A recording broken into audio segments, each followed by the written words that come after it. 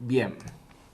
Bueno, cuando hablamos de evidencias basadas en red, lo que tenemos que tener presente es que los canales de comunicaciones que utilizamos nosotros para intercambiar ficheros, para poder hacer compras, etcétera, los malos los pueden utilizar también para sus fechorías y quedan rastros, quedan evidencias. Vale. Esas evidencias basadas en red normalmente se suelen clasificar en 4 grandes tipos.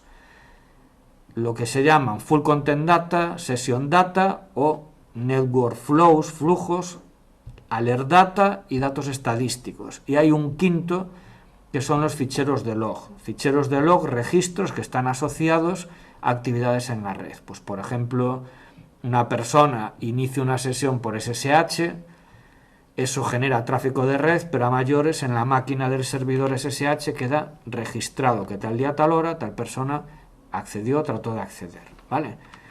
¿Qué entendemos por los Full Content Data? Pues es lo que nos da Wireshark de primeras, o un sniffer si habéis trabajado con ellos, que es todo el paquete entero, ¿vale? Si recordáis la pila de protocolos del modelo OSI o el modelo TCP/IP, o los modelos híbridos, pues capa física, nivel de enlace, nivel de red, nivel de transporte, nivel de aplicación, o si vais al OSI, pues la de sesión y presentación. Cada capa tiene asociado un protocolo, que es la forma de empaquetar la información.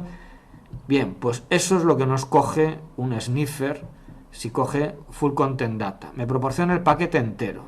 Esto es súper interesante para el que lo va a analizar, porque accede a toda la información. La información del usuario normalmente va a estar aquí en la capa de aplicaciones, lo más cercano al usuario. Y ahí es donde metemos la URL que queremos visitar. Es donde ponemos pues la información que va a nuestro correo electrónico, ¿vale? Pues esta información va a estar en el paquete. Si lo tenemos entero, Full Content Data, lo vamos a ver. A mayores, todas las cabeceras de todos los protocolos que se van añadiendo a la información original del usuario van a poder analizarse. ¿Qué dirección IP origen? ¿Cuál es la dirección IP destino? ¿Cuál es el puerto origen? ¿Cuál es el puerto destino? ¿Cuál es la dirección MAC origen? ¿Cuál es la dirección MAC destino? Etcétera, etcétera. ¿Vale? Hay un montón de información. Entonces esto es lo bueno y lo malo del Full Content Data. Lo bueno, que accedo a toda la información. Lo malo, que accedo a toda la información y puede ser una cantidad de información brutal para poder procesar. ¿De acuerdo? Tiene también otro problemilla, que es la tendencia a día de hoy de cifrar las comunicaciones para protegerlas. Cuando ciframos las comunicaciones, habitualmente lo que vamos es a ocultar la información de los usuarios. Se va a poner en un formato que no vamos a dar entendido. Bien, afecta a lo que puede hacer el analista, pero las cabeceras de los otros protocolos normalmente suelen ir en claro. Con lo cual no accedo a toda la información porque no la puedo ver, está cifrada, pero de esta información también puedo sacar cosas, ¿vale?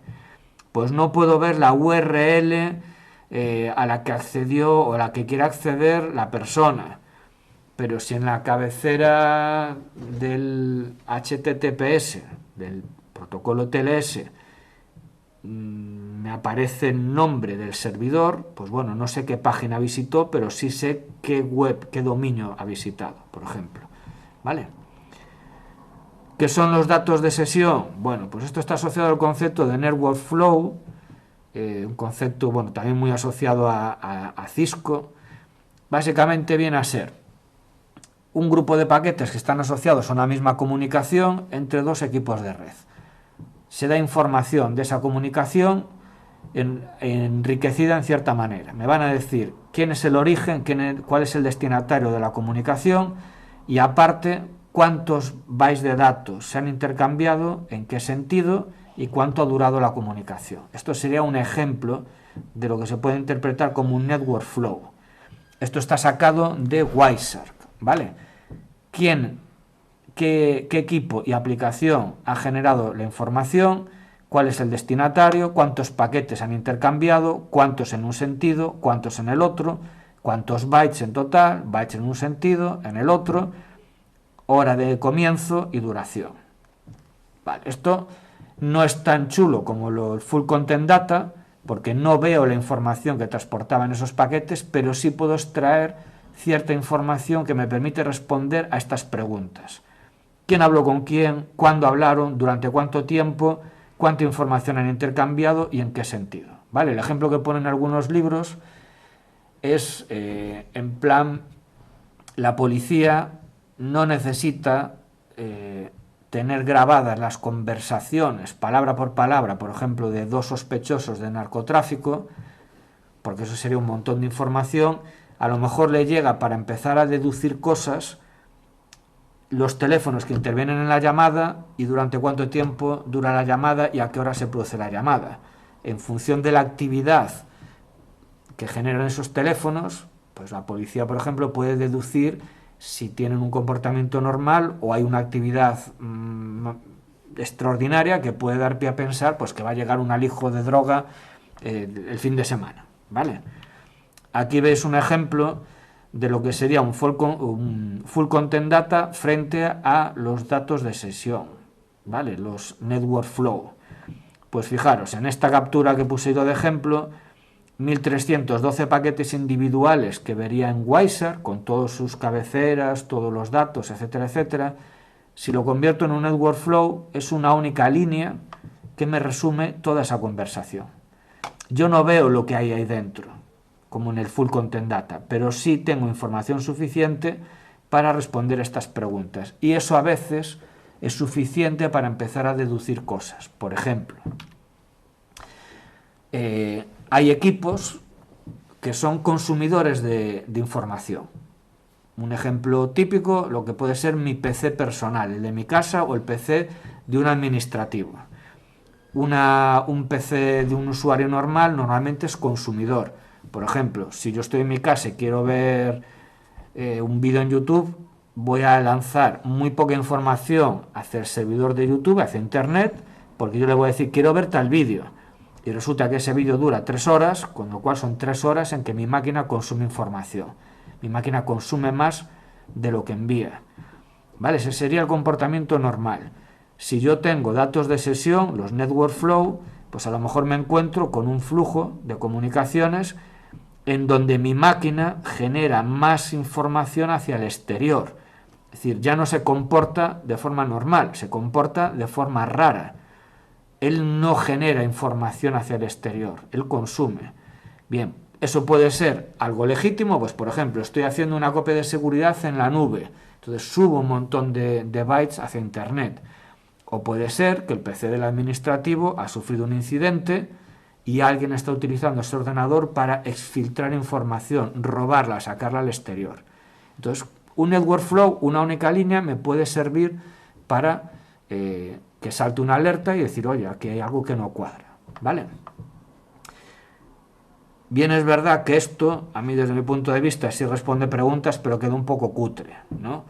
Y hubo una empresa que sacó un producto open source, esto le han cambiado el nombre, a día de hoy les llaman Zeek, antes se llamaba Bro, pero bueno, el nombre no les sonaba muy serio, realmente era de Big Brother, ¿no? De Gran Hermano, pero bueno, Bro parece más de colegueo, entonces le cambiaron el nombre a Zeek.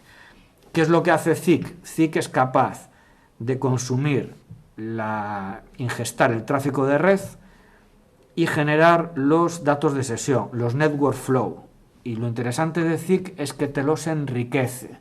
Es decir, aparte de IP origen, IP destino, puerto origen, puerto destino, cuándo empezó la comunicación, cuánto duró, cuántos bytes intercambiaron, Zeek es capaz de localizar determinados protocolos y decir, bueno, si es el protocolo HTTP, le puede interesar al administrador o al analista cierta información específica del HTTP.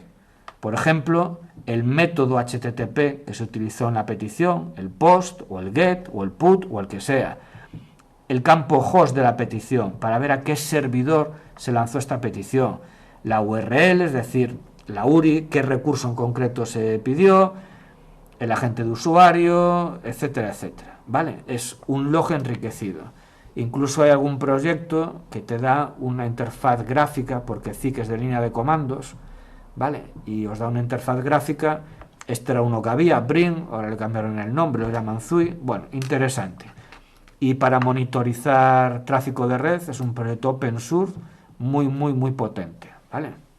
Es capaz de interpretar HTTP, protocolos de correo electrónico, DNS, protocolos de intercambio de ficheros. Llega al extremo, por ejemplo, aquí lo veis en el dibujo, que si él captura un flujo asociado con una comunicación web y en esa comunicación web viaja un fichero, pues no se queda con el fichero, esto no es full content data, pero lo que hace es, yo sé que ahí hubo un intercambio de información, por ejemplo un fichero que me se ha descargado el usuario, le calculo el hash. Yo no me quedo con el fichero, esto no es full content data, pero calculo el hash y yo te lo muestro. Y tú con ese hash lo que vas es a poder investigar, por ejemplo, en VirusTotal. Sospecho de esa comunicación, tengo el hash de ese fichero sospechoso, voy a VirusTotal, busco por el hash y si VirusTotal tiene en su base de datos información sobre ese fichero, me la va a proporcionar, ¿vale? Bien, aparte de los full content data y los session data, tenemos datos de alerta. Los datos de alerta los generan IDS, esto lo vais a ver con Javier Peón en Bastionado. Y también seguramente con Isabel en incidentes, porque en los SIEM van a llegar este tipo de alertas si se configura. Entonces, ¿qué me va a hacer un IDS, un sensor de intrusos? Monitorizar el tráfico de red y cotejar ese tráfico de red con reglas que le permiten clasificar esos paquetes como tráfico legítimo o tráfico sospechoso. Este es un ejemplo de regla de un IDS, este creo que era de Suricata, y bueno, se entiende muy bien. Aquí me salta una alerta con este mensaje, malware, trickbot, de robo de información, si se cumple todo esto. Que el tráfico es HTTP, sale de la red interna de la organización hacia el exterior, es tráfico HTTP con el método POST y en el cuerpo del mensaje pues me aparece palabras clave como proclist, svchost, ipconfig, etc. Los de Suricata se han tomado la molestia de analizar el tráfico de red de malware, de este caso de TrickBot, y saben que cuando TrickBot infecta un equipo y roba información, va a generar tráfico con estas características. Está monitorizando el tráfico de red y cuando encuentra un paquete que cumple con esto, dispara una alerta, ¿vale? Tipo esto. Oye, tal día, tal hora, este equipo ha enviado a este otro equipo un mensaje HTTP asociado a un malware. ¿Por qué dispara la alerta? Porque el paquete cumplía los requisitos. Era HTTP con método POST y en el cuerpo del mensaje me aparecen palabras clave. Dispara la alerta. Muy útil para automatización de trabajos. ¿Vale? Aquí casi el procedimiento normal sería, tengo monitorizada la red con IDS tipo Snort, Suricata o incluso también con Bro y algo más que atienda los mensajes de Bro, y cuando me saltan alertas tiro de Wireshark Full Content Data para analizar con todo detalle lo que está pasando por ahí, ¿vale? Esto lo veréis con Javier, los IDS hay que afinarlos para que no haya falsos positivos ni negativos, ¿vale? Esto es un concepto muy importante en seguridad. Un falso positivo es que se ha disparado una alerta y el tráfico era legítimo, era tráfico esperado. Falso negativo es que tráfico malicioso no dispara la alerta de los sensores. Y luego lo que hay que tratar es de evitar estos dos falsos y que los positivos verdaderos sí sean numerosos. Positivo verdadero es que el tráfico malicioso lo detecto como malicioso y el tráfico legítimo pues no le detecto nada, ¿vale? Eso es lo que hay que tender a hacer. Y luego tenemos al patito feo, que son los datos estadísticos. Bueno, por datos estadísticos vamos a ver, ya en la práctica que empezamos ahora en unos minutos, que hay un montón de tipos de estadísticas. Y en función de vuestras herramientas y de lo que estéis buscando, a veces es muy interesante para ir afinando vuestras investigaciones. Por ejemplo, esto me lo proporciona Wireshark. Jerarquía de protocolos. En la jerarquía de protocolos, si yo tengo una captura de red, me dice qué protocolos hay en ese tráfico de red. Y esto, pues por ejemplo, puede ser para descubrir rápidamente que en la red de mi organización me aparecen protocolos que no deberían estar ahí, que no son normales. Por ejemplo, el TFTP, protocolo trivial de transferencia de ficheros, es un protocolo para transferir ficheros entre dos máquinas que normalmente no se utiliza. ¿Quién lo utiliza? Administradores normalmente de dispositivos de electrónica de red, switches, routers, que utilizan ese sistema, ese protocolo para actualizarse el firmware. Yo creo que cada vez se utiliza menos. También se utiliza en redes donde hay terminales tontos, terminales ligeros, para cargar la imagen del sistema operativo. Esos son usos legítimos. Si en tu organización se utiliza eso, pues a lo mejor es normal que aparezca. Pero quitando esos usos muy específicos, la otra gente que utiliza el TFTP son los adversarios, los piratas, para transferir ficheros de una máquina asaltada hacia su equipo o viceversa. Entonces, si tú te encuentras ese protocolo, alerta porque no es normal, habría que investigarlo. Jerarquía de protocolos, en un segundo me da esa información. Y luego otros datos estadísticos como tráfico generado por las tarjetas de red o por las direcciones IP de tu organización, etcétera, etcétera. ¿Vale? Pues aquí acaba el rollo más teórico y ya pasamos a hacer la práctica. Yo voy a utilizar para la práctica Wireshark, que es un sniffer con entorno gráfico. Aguanta un montón de protocolos, es súper potente. Hoy lo vamos a andar exprimiendo más de lo que a lo mejor estéis acostumbrados. Se utiliza muchísimo para temas de investigación en red.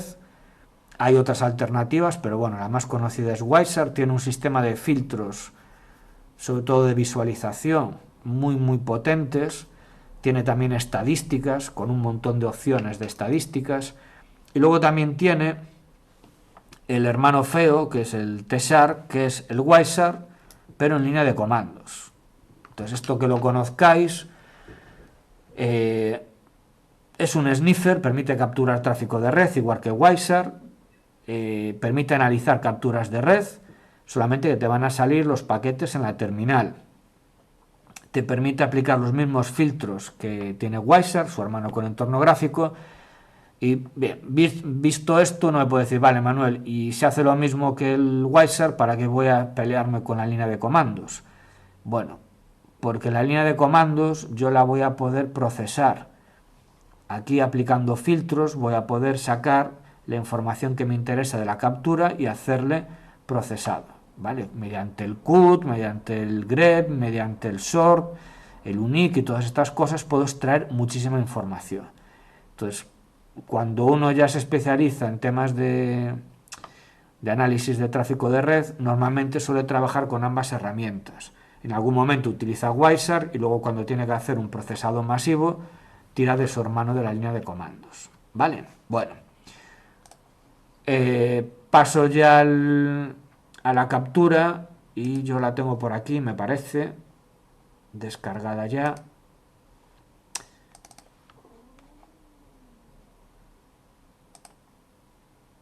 Vale, empezamos con la de log4j.backup. Esto, bueno, yo lo voy a hacer ya en el equipo que tengo por aquí. Lo podéis hacer, si no tenéis Wireshark instalado, tranquilamente en Kali Linux, que ya viene preinstalado, ¿no? Bien, el ejercicio tiene dos capturas de red y me parece que un fichero de log pequeñito. Y lo que vamos a hablar es de esto de aquí, que pasó hace unos años. Espera que os lo pongo.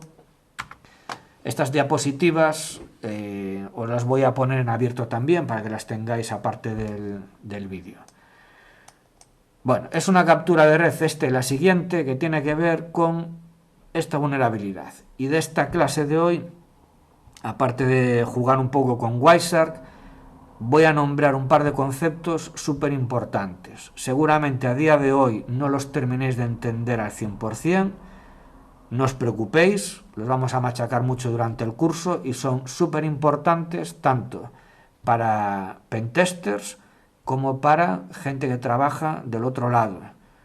administradores de sistemas, analistas forenses y de respuesta a incidentes, que son los conceptos de bind shell y de reverse shell, ¿vale? Cuando lleguemos a ellos me detengo con más calma. Y lo dicho, si hoy no pilláis del todo la idea, no os preocupéis porque lo vamos a volver a ver y las vamos a poner nosotros en práctica. Bueno, la captura, la idea es que ahí dentro puede haber tráfico asociado con esta vulnerabilidad, la Log4j. Las vulnerabilidades, cuando se hacen públicas y se meten en bases de datos, como ya veremos en el tema de vulnerabilidades, suelen tener un número asociado, lo que se conoce como un CVE, que básicamente me dice el año en el que se descubrió o se publicó la vulnerabilidad y el número correspondiente a vulnerabilidades de ese año, ¿vale? En este caso la Log4j se corresponde con la CV 2021, es decir, año 2021, 44.228.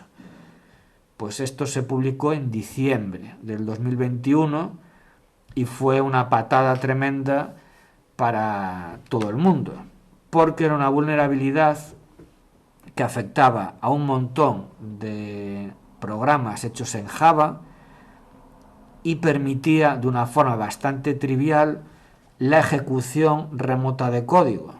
Es decir, es una vulnerabilidad de tipo RCE, Remote Code Execution, ¿no?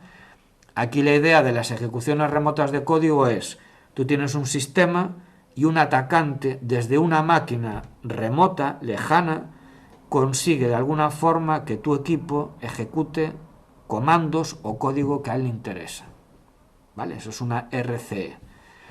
Bien, os explico dónde está el problema así a grandes rasgos y luego investigamos la captura. Log4j es un framework de Java para trabajar con los logs, con los registros, ampliamente utilizado por los programadores en Java por su versatilidad, ¿vale? Permite, entre otras cosas, cuando yo estoy programando, definir variables que cuando un evento se va a registrar, Log4j se encarga pues de traducir esta variable a un valor concreto, ¿vale? Pues Java version, Java OS, usuario, lo que sea, ¿vale? En el programa está hecho de esta manera y luego eso se traduce a un fichero de log con una línea con un valor concreto. Como funcionalidad a mayores, Log4j permite, para enriquecer esos ficheros de log que se van guardando de la aplicación, hacer consultas a servidores externos, utilizando protocolos como el LDAP y el DNS. Bien, hasta ahí no hay ningún problema. ¿Dónde empiezan los problemas? Cuando se juntan las tres cosas. Tengo, por un lado, una aplicación que utiliza Log4j y en concreto esta utilidad de hacer consultas, lookups a servidores LDAP y DNS. Tengo una entrada de usuario, es decir, el usuario interactúa con la aplicación y provoca que se registre un evento, y un usuario malicioso lo que va a hacer es manipular esa entrada de usuario para provocar que Log4j registre ese evento y vaya a consultar a un servidor LDAP utilizando esta funcionalidad, pero resulta que ese servidor LDAP remoto lo controla el atacante. Y el atacante lo que le va a provocar a la aplicación es, cuando vayas a registrar el evento, dispara una consulta utilizando el JNDI hacia mi servidor LDAP malicioso, y cuando la aplicación Java consulte mi servidor LDAP malicioso, yo le voy a enviar una clase Java maliciosa que se tiene que ejecutar en el servidor víctima. Y ahí, pues imaginación al poder. Ábreme una línea de comandos para que yo pueda administrar remotamente esa máquina víctima. O seguimos con la imaginación al poder. Me vas a descargar software de minado de criptomonedas, lo vas a instalar en la máquina víctima y te vas a poner a minar criptomonedas en este servidor, con lo cual yo no gasto dinero en electricidad ni en equipamiento, porque el minado de mis criptomonedas me lo está haciendo un equipo víctima y yo simplemente recojo los beneficios. Eso eran normalmente los usos más habituales que se dieron a esta vulnerabilidad. Obtención de una línea de comandos para hacer lo que me diese la gana en la máquina, o minado de criptomonedas. Este es un dibujillo que lo vamos a tener en cuenta para analizar la captura de red. Esto lo sacó un CERT, un Centro de Respuesta a Incidentes, del gobierno de Suiza, resumiendo la cadena de muerte de esta vulnerabilidad, que básicamente era: el atacante genera una petición que provoca el registro del evento en la aplicación vulnerable. En este caso se guardaba el agente de usuario, es decir, el navegador que utilizó el cliente para hacer la petición. Ese agente de usuario tenía una petición especialmente construida. En vez de poner ahí Mozilla Firefox, le puso esto dispara a Log4j diciendo: ostras, voy a registrar el campo agente de usuario y en el agente de usuario me encuentro esto. Nada, es una petición a un servidor LDAP que me indica esto, y el Log4j vulnerable contactaba con ese servidor LDAP que le han colado en una petición especialmente creada, contactaba con este servidor remoto LDAP, y el servidor remoto LDAP lo que le decía es: sí, descárgate esta clase Java, y cuando te la descargues la ejecutas en el servidor Java de la víctima, y a partir de ahí, pues lo que Dios quiera. ¿Vale? Entonces, bueno, empezamos con el festival este. Lo primero de todo, yo abrí la captura Log4j, soy un administrador de red o un threat hunter, ¿no?, de estos cazadores de amenazas, que está en una empresa. La empresa es consciente de que tiene aplicaciones Java y quiere saber si ha habido algún incidente relativo a Log4Shell, ¿no? Se pone a capturar tráfico de red, me pasa la captura y yo me pongo a investigar. Primera cosa, mi recomendación: la interfaz gráfica de Wireshark está pensado para uso general. Como se le puede dar muchos usos a Wireshark, los creadores no se han parado a personalizar demasiado la interfaz. Esta la podéis personalizar vosotros. ¿Cómo la puedo personalizar? Pues, por ejemplo, personalizando las columnas, que es lo que voy a hacer yo, una personalización rápida, para entender mejor luego el análisis. Si yo quiero personalizar las columnas visibles, simplemente botón derecho y le doy aquí a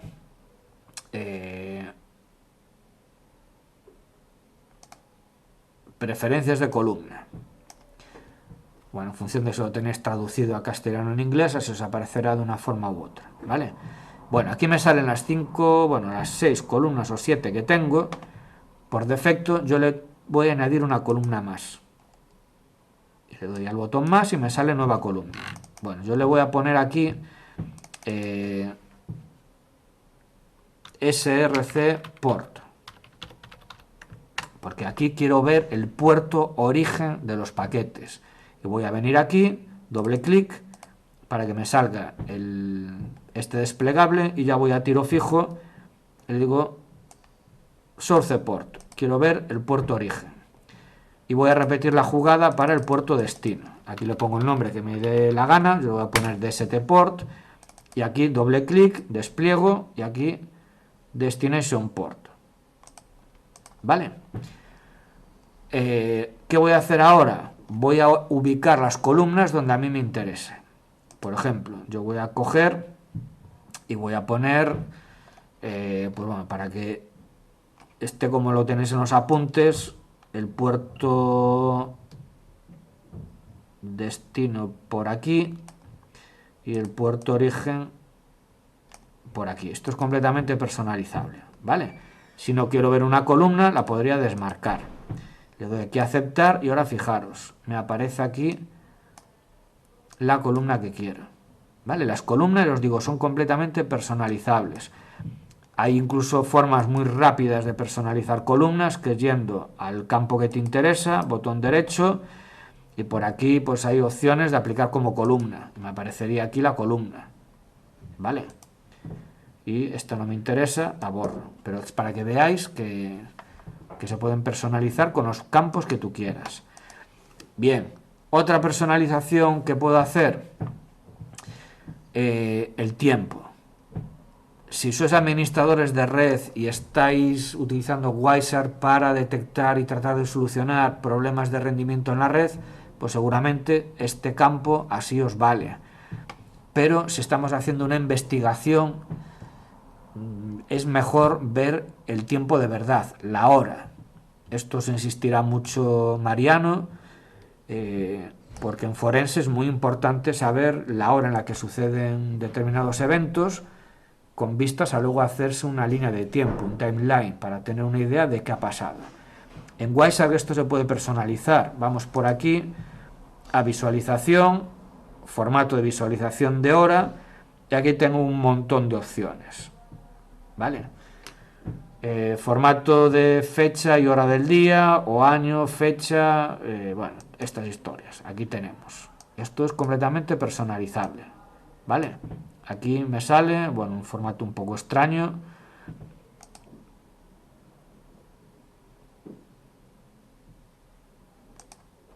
Este sí. Año, ¿vale? 2021, diciembre y día 16. Y la hora, las 20:13 horas y 08 segundos. Aquí un montón de décimas, milésimas, 100 milésimas de segundo, ¿vale? Así ya sé el momento exacto en el que se capturó el paquete. Si el tiempo con tantos decimales es un poco abrumador, lo podemos personalizar. Visualización, formato de visualización de hora, y aquí le digo qué precisión quieres tener. Pues yo me voy a quedar con décimas de segundo, por ejemplo. Vale, esto ya es más que suficiente para mí, o si queréis, centésimas de segundo. Entonces, yo os digo, completamente personalizable. ¿Vale? O minutos, me da igual, esto ya depende de lo que vosotros queráis hacer. Yo así como una primera aproximación, con esto me llega. Hora, minutos, segundos, y bueno, un poco de precisión y fuera. ¿Vale? También algo que os va a decir Mariano en forense, tenéis por aquí la opción de cambiar el formato de hora a formato UTC, tiempo universal. Vale, esto es muy interesante si vosotros trabajáis con evidencias, ficheros de captura, ficheros de log, que se han extraído de equipos que están en zonas horarias diferentes. El caso más claro lo tenemos en España. Las 7:15 hora peninsular no se corresponde con las 7:15 en Canarias. Vamos con un desfase horario. Entonces, si yo me pongo a trabajar con una captura de red de la península ibérica y otra captura de red de las Islas Canarias, las 20:13 horas en España y las 20:13 horas de la captura en las Islas Canarias no se corresponden, ¿vale? En Canarias es una hora menos, ¿no?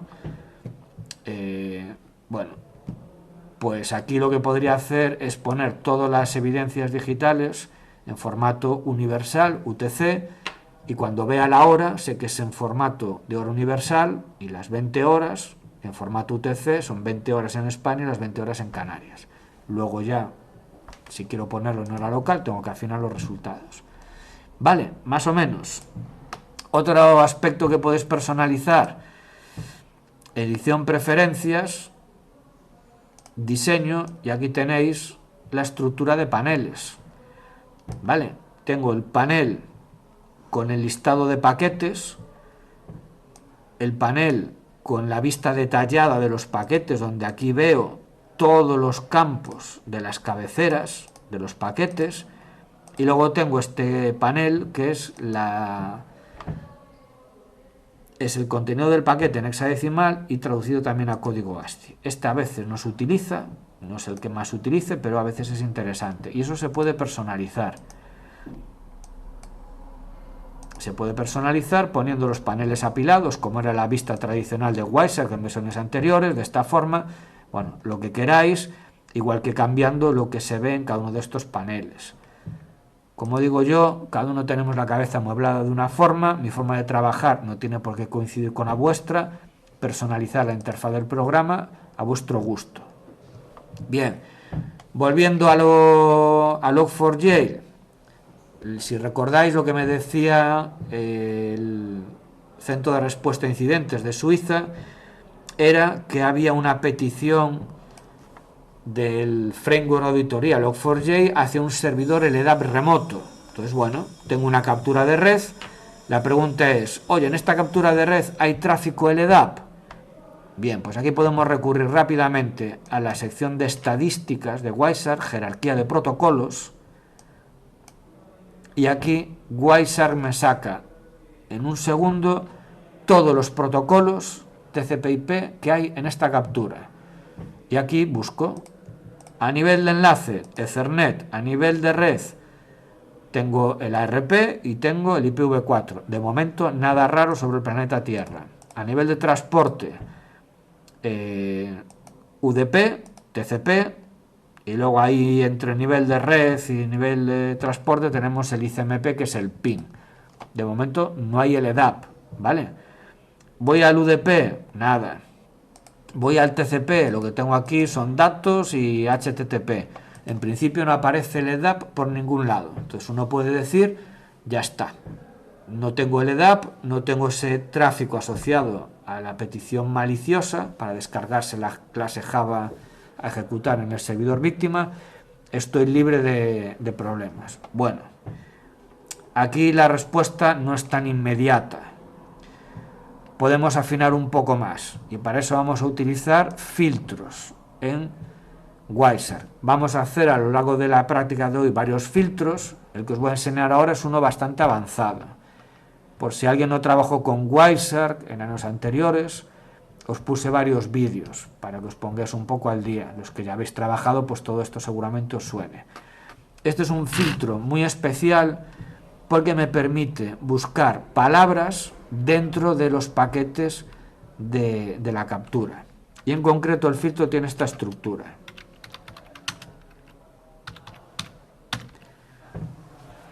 HTTP, matches, JNDI. Lo que está queriendo decir este filtro es: Wireshark, te vas a quedar exclusivamente con los paquetes del protocolo HTTP y vas a buscar dentro del paquete HTTP la palabra JNDI. ¿Por qué JNDI? Por lo que veíamos antes. Aplicación web vulnerable, hecha en Java. Seguramente reciba peticiones web del atacante y dentro de la petición web, en algún campo, en algún sitio, el atacante se ha tomado la molestia de introducir esto del JNDI para lanzar la consulta al LDAP. Pues eso es lo que estoy buscando, tráfico web en cuyo interior aparezca la palabra JNDI. Y le doy a Enter y aquí empiezan los problemas. Si hay una petición asociada al a JNDI, ¿vale? Bueno, pues aquí me está diciendo que tal día, tal hora, este equipo lanzó una petición a esta máquina, que es de mi organización, destinada al puerto 8983, donde corren mis aplicaciones, y esta es la petición: get solr /admin /cores / no sé qué JNDI LDAP ta. Vale. La aplicación Java en sus logs guarda la petición del cliente, que es el recurso que me ha pedido, y el malo, con toda la mala baba del mundo, ha metido en la query, en la petición, el JNDI que va a disparar esa consulta provocado por la vulnerabilidad. ¿Vale? Más o menos. Bien, entonces uno puede decir, Manuel, pero aquí las cosas no me cuadran. Tráfico LDAP no existe y la petición esta, la request, si os fijáis, me habla de JNDI LDAP. Entonces, ¿cómo es posible que Wireshark no detecte tráfico LDAP y en cambio aquí se me aparezca una petición LDAP? Bueno, pues vamos a comprobar si se ha generado ese tráfico de tipo LDAP. Aquí un detalle. El malo me puede lanzar peticiones para provocar la explotación de la vulnerabilidad. Si mi aplicación no es vulnerable, el malo puede lanzarme todas las peticiones con el JNDI que le dé la gana, que mi máquina no va a hacer nada malo. Él está tratando de explotar la vulnerabilidad, diciendo que se genere ese tráfico LDAP. Yo de momento no vi tráfico LDAP, pero como soy un poco meticuloso, soy un tiquismiquis, digo, bueno, voy a comprobarlo. Bien, ¿cómo es esta dirección? Él quiere que contacte mediante LDAP a esta máquina 10.10.128.136 y el puerto 1389. Bien, pues lo que voy a hacer es, voy a investigar si mi equipo, el 464, ha hablado en algún momento con este IP y ese puerto, a ver si ha generado tráfico. Bien, pues aquí consultas, esto me parece que os publico un documento con las consultas para hacerlo, bueno, un poco más rápido. Yo lo voy a hacer aquí un poco a mano para que veáis. IP ADDR, es decir, quédate con los paquetes donde intervenga la IP 464, que es la de mi servidor, donde corro mi aplicación Java. ANZ, podéis utilizar la palabra ANZ o podéis utilizar el doble ampersand, ¿no? Es lo mismo. IP.addr igual. ¿Cuál es la máquina esta sospechosa? La 10.10.128.136. ANZ, y el puerto al que quieren que me conecte es el 1389. Y como yo sé que el LDAP viaja sobre TCP, pues le digo, bueno, y que también intervenga el puerto TCP 1389.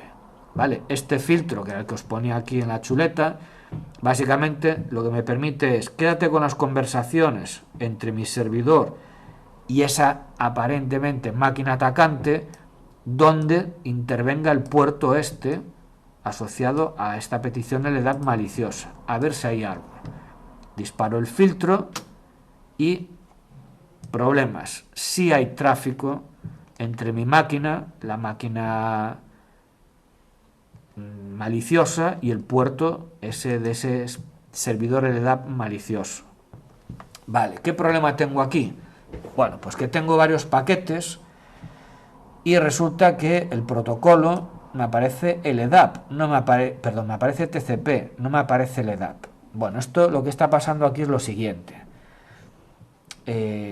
Wireshark es capaz de interpretar un montón de protocolos, en concreto la palabra técnica es diseccionarlos. Diseccionar un protocolo es poder pasar de la información de bits a su información estructurada en campos y mostrarme esa información con sentido. Bien, pues aquí el problema que tiene Wireshark es que este puerto, el 1389, él no lo reconoce como un puerto asociado al protocolo LDAP, con lo cual no es capaz de interpretarlo. Él lo ve como tráfico TCP porque el tráfico que hay a nivel de aplicación, el LDAP, él no lo entiende, porque está asociado a un puerto que él no lo tiene asociado al LDAP. ¿Puedo forzar al Wireshark a que este tráfico sospechoso trate de diseccionarlo como LDAP? Bueno, pues la respuesta es sí. Me pongo sobre un paquete de estos, por ejemplo este de aquí, y recurro a vuestro mejor amigo en Wireshark, que es el botón derecho. ¿Vale? Esto suena un poco a chiste, pero es una ayuda muy importante. Botón derecho, y aquí os salen una multitud de opciones. A mí me interesa esta. Decodificar como, o si lo tenéis en inglés, decode as. Yo le doy ahí y le digo, vale, el tráfico asociado al 1389 y 58532, ¿cómo lo voy a interpretar? Le pincho aquí y de todos los protocolos que es capaz de interpretar Wireshark, de diseccionarlos, busco el LDAP. ¿Vale? En las conversaciones donde me aparezca el 1389 o el 58532, que es la conversación entre estos dos equipos, que sea LDAP. Le doy aquí a aceptar y se hace la magia. Ahora le estoy diciendo, interprétame esto como si fuese tráfico LDAP. Y fijaros, aquí la película cambia. Ahora sí hay paquetes que es capaz de interpretar como LDAP, mostrándome los campos de ese protocolo. Hay algunos que no tienen demasiadas cosas, pero hay otros, pues donde la cosa se pone más interesante, ¿no? Por ejemplo, este de aquí, pues se pone muy interesante, porque si yo despliego los campos, me voy a encontrar, bueno, aquí despliego ya todo.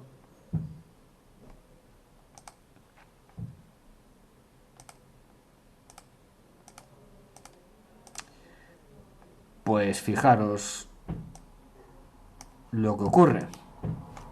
Pues lo que ocurre aquí es que mi máquina 4.64 ha recibido una petición especialmente creada por el atacante que dispara la actuación del framework de registro Log4j, que dispara una petición LDAP hacia el equipo este sospechoso, y la respuesta del servidor LDAP es: vete a esta dirección IP, a este puerto, y preguntas allí por una clase Java que se llama exploit.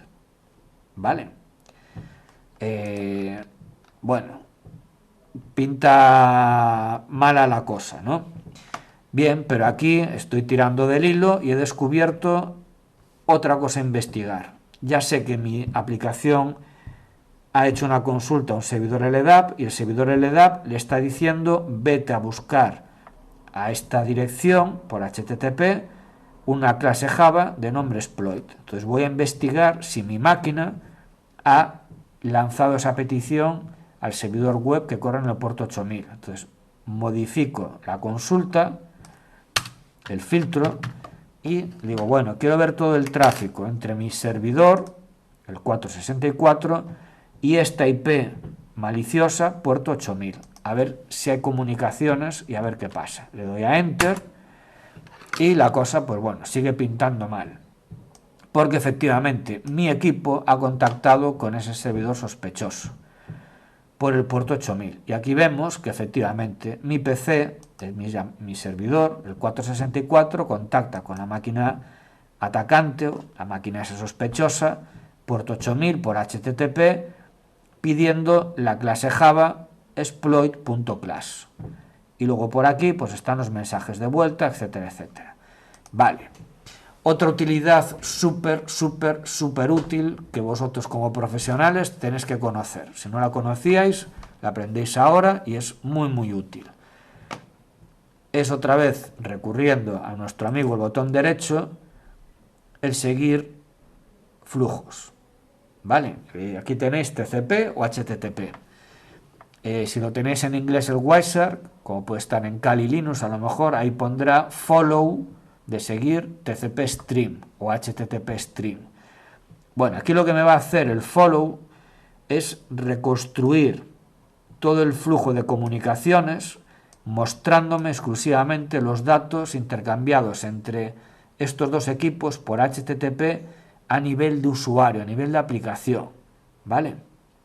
Y aquí vemos en un color la petición que ha hecho mi servidor web vulnerable, getExploit.class, y bueno, aquí ya veis el agente de usuario es el Java, es la aplicación Java, y luego aquí en azul la respuesta del servidor que dice sí, ok, me has pedido un fichero, el exploit.class, yo te lo envío.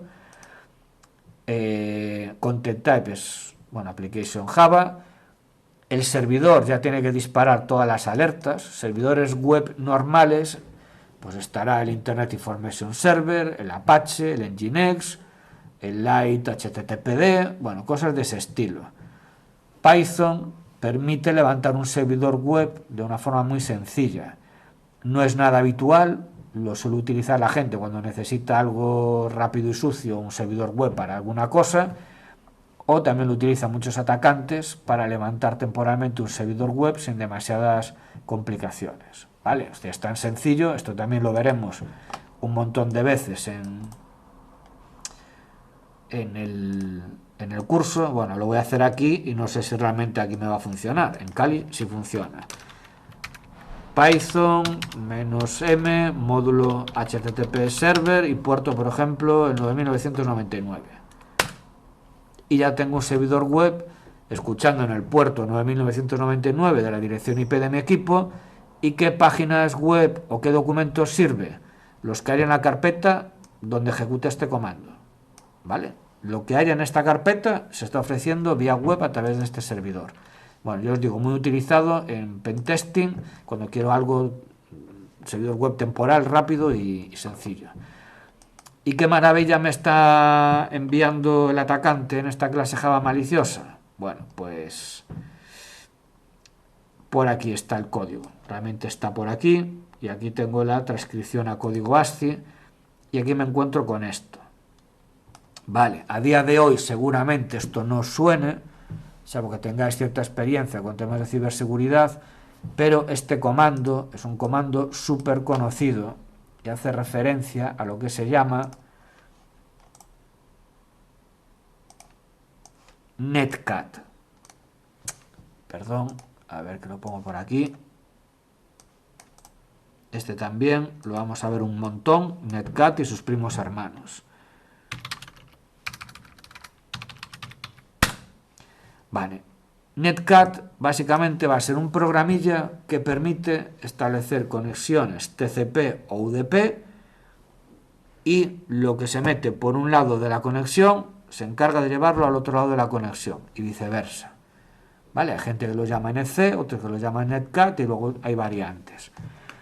¿Para qué se utiliza netcat? Pues como es tan sencillo que une dos equipos mediante una tubería de comunicaciones, se puede utilizar para montar un programa de chat, para obtener una línea de comando remota, para transferencia de ficheros de la máquina local a la remota o de la máquina remota a la local. Se puede utilizar, por ejemplo, para hacer pivoting, es decir, establezco una tubería entre un equipo y otro, intermedio, y luego entre ese intermedio y otro que está más allá. Y el primer equipo y el último pueden hablar entre sí a través del medio. ¿Vale? Bueno, lo llaman la navaja suiza porque tiene 20.000 usos distintos.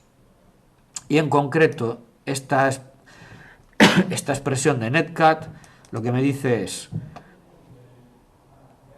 cuando se ejecute este netcat, y aquí pensar en la máquina víctima, lo que va a hacer la máquina víctima, mi servidor, es conectarse a esta dirección remota y este puerto remoto, y cuando se conecte a ese puerto y a esa IP remotas, lo que le va a regalar a ese equipo remoto es la línea de comandos.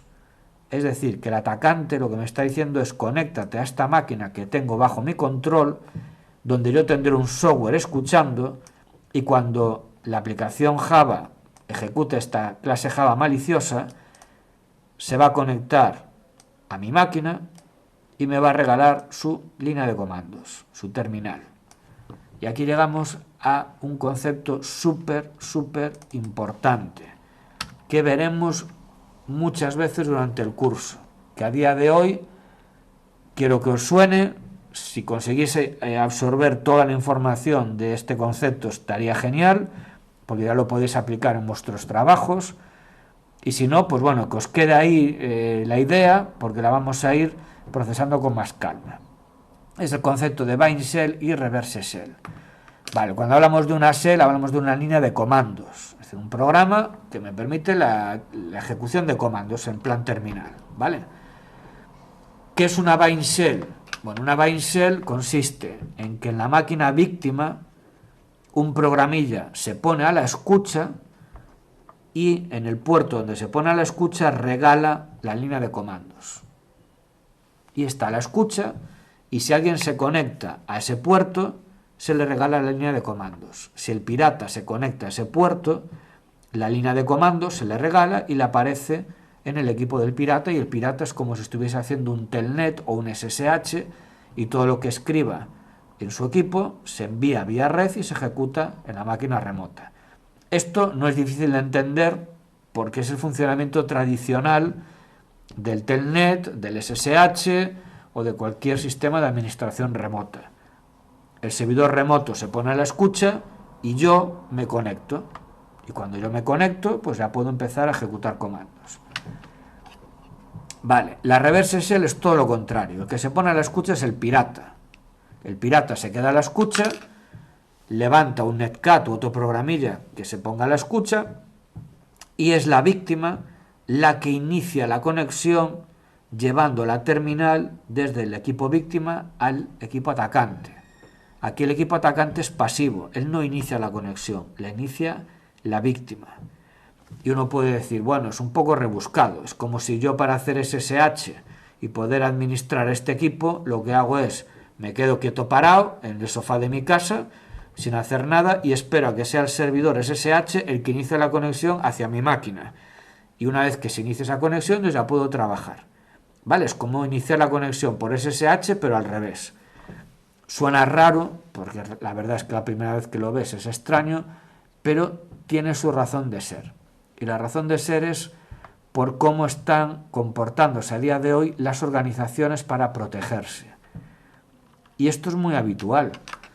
Una organización dice, yo tengo aquí equipos y hay una red de la que no me fío, típicamente Internet. Entonces, para proteger a mis equipos, a mi información de la selva que es Internet, lo que voy a es a poner murallas, firewalls, cortafuegos, seguridad perimetral. Todo lo que entre, todo lo que salga de mi organización pasa por un cortafuegos y decide sobre la vida de esos paquetes. ¿Cuál es la postura más habitual en las organizaciones? Ser súper estricto con el tráfico ingress, es decir, con el tráfico entrante. Yo no me fío del tráfico que se inicia en Internet hacia dentro de mi organización. ¿Por qué? Porque viene, como digo yo, de casa Dios. Yo no sé lo que hay por ahí fuera. No me fío.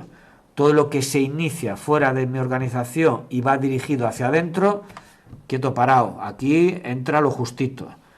Pues únicamente las peticiones que van a mi servidor web público. El resto no quiero que hablen con mi servidor. Entonces la bind shell normalmente no va a funcionar, porque yo tengo aquí la víctima escuchando, queriendo regalar la terminal, y el atacante cuando inicia la conexión se encuentra con el firewall, reglas de filtrado entrantes súper estrictas, súper rigurosas, y le matan los intentos. Entonces, como esto es lo habitual, pues los malos, y aquí que somos gallegos, a cabeza non para, ¿vale? Digo, bueno, ¿y cómo me puedo saltar esos filtros? Sabiendo que muchos administradores de sistemas son muy estrictos a la hora de permitir el tráfico entrante, lo controlo mucho, pero a la hora de tráfico iniciado dentro de mi organización hacia afuera soy más laxo, soy muy estricto con lo que va a entrar, pero soy poco con lo que va a salir, ¿no? Entonces, las conexiones iniciadas desde dentro hacia afuera suelo ser más permisivo, no quiero que mis compañeros de trabajo, mis jefes, me anden tocando las narices diciendo, oye, no puedo ir a tal sitio, no me funciona tal programa. ¿Qué hago en el firewall? Abro todo. Si eres un equipo de dentro y quieres salir hacia afuera iniciando tú la conexión, vía libre. Si eres un equipo de fuera que quieres iniciar una conexión hacia centro, quieto parado, ahí no entras. Y esto es de lo que abusan las reverse shell. Un exceso de confianza con el tráfico iniciado por equipos de tu organización. Tú te fías de lo que genera tu organización y desconfías de lo que viene de fuera. Pues esto es una reverse shell. Y lo que está haciendo el malo, aquí os puse ejemplillos, que ya jugaremos con ellos cuando veamos el tema de las reverse shell y la bind shell, por si alguien lo quiere replicar en casa. Lo único que tenéis que hacer es coger un Kali Linux, instalar Netcat. Yo el que recomiendo que os instaléis, que funciona muy bien y la sintaxis es la misma que tengo aquí, pero en vez de NC es Encat, ¿vale? Encat es una versión actualizada del Netcat tradicional que funciona muy bien y sería exactamente igual que los comandos que pongo en estas diapositivas, pero en vez de NC, Encat, ¿vale? Y así podéis ver lo que es una bind shell y una reverse shell. Cogéis dos equipos Linux o incluso Windows y pues el Kali y aquí un Ubuntu Server o un Ubuntu o un Linux Mint o lo que os dé la gana. Y levanto el Netcat a la escucha, me conecto desde el pirata y vais a ver que aquí os sale la terminal. Una terminal bastante limitada, pero terminal. Y la reverse shell lo mismo, pongo el pirata a escuchar, la Kali Linux, e inicio la conexión desde ¿vale? Bueno, yo os digo que es un concepto muy importante, rompe mucho los esquemas, porque nosotros estamos acostumbrados a la arquitectura cliente-servidor donde el servidor es siempre el que está a la escucha y yo inicio la conexión hacia ese servidor, que es luego el que me atiende y me muestra la línea de comandos.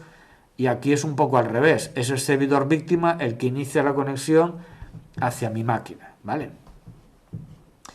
Bueno, entonces aquí, si seguimos investigando, digo, bueno, peligro, esta clase Java maliciosa dispara con balas de matar. Bueno, funcionalidad también interesante que tiene Wireshark: sacar objetos de la captura, súper interesante. Yo voy aquí al menú archivo, le digo exportar objetos y aquí me sale el listado de protocolos de los que Wireshark es capaz de extraer información. En concreto, el protocolo que yo estaba viendo aquí era el HTTP. Bueno, pues voy aquí, sácame los objetos transmitidos en esta captura por HTTP. Y aquí me dice, bueno, por HTTP esto fue lo que se envió. Bien, y aquí encuentro a mi amigo exploit.class. Pues yo podría coger, selecciono este objeto, le doy a guardar, ya lo guardo aquí, bien, y me lo he descargado a mi PC. Y ahora, pues yo podría hacer cosas como ir a virus total,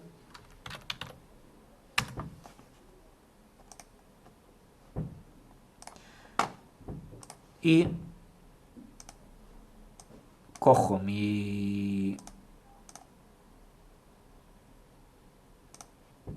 archivo descargado, mi clase Java maliciosa, y simplemente la vuelco por ahí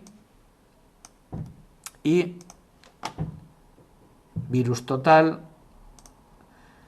me dice, ojito, que de los 56 motores de antivirus, 15 lo han detectado como malicioso. ¿Vale? Fijaros que no todos lo han detectado. Y yo os digo que, a ver, esto fue montado en un laboratorio controlado por mi parte, y el exploit la clase Java maliciosa, con este comando, es muy bruto, no es nada sofisticado. Es decir, esto lo deberían pillar todos los antivirus como por lo menos sospechoso. Es un comando legítimo que, por ejemplo, se utiliza en temas de forense, cuando yo quiero hacer una extracción, o quiero hacer un clonado de un disco duro y lo quiero enviar vía red a otro equipo.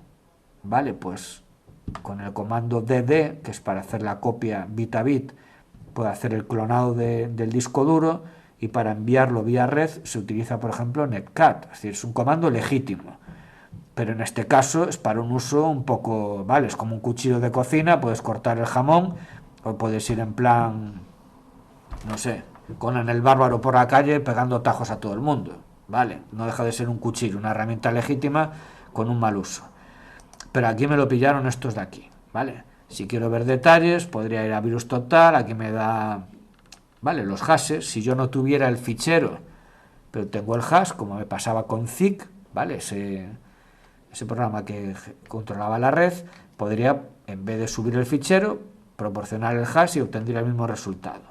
¿Vale? Aquí me dice cuándo fue detectado por primera vez, ¿vale? El 20 de diciembre del 2021, la primera vez, porque bueno, lo subí yo y lo detectó ahí. En aquella época, yo creo que no lo detectaba nadie, o uno o dos antivirus, nada más.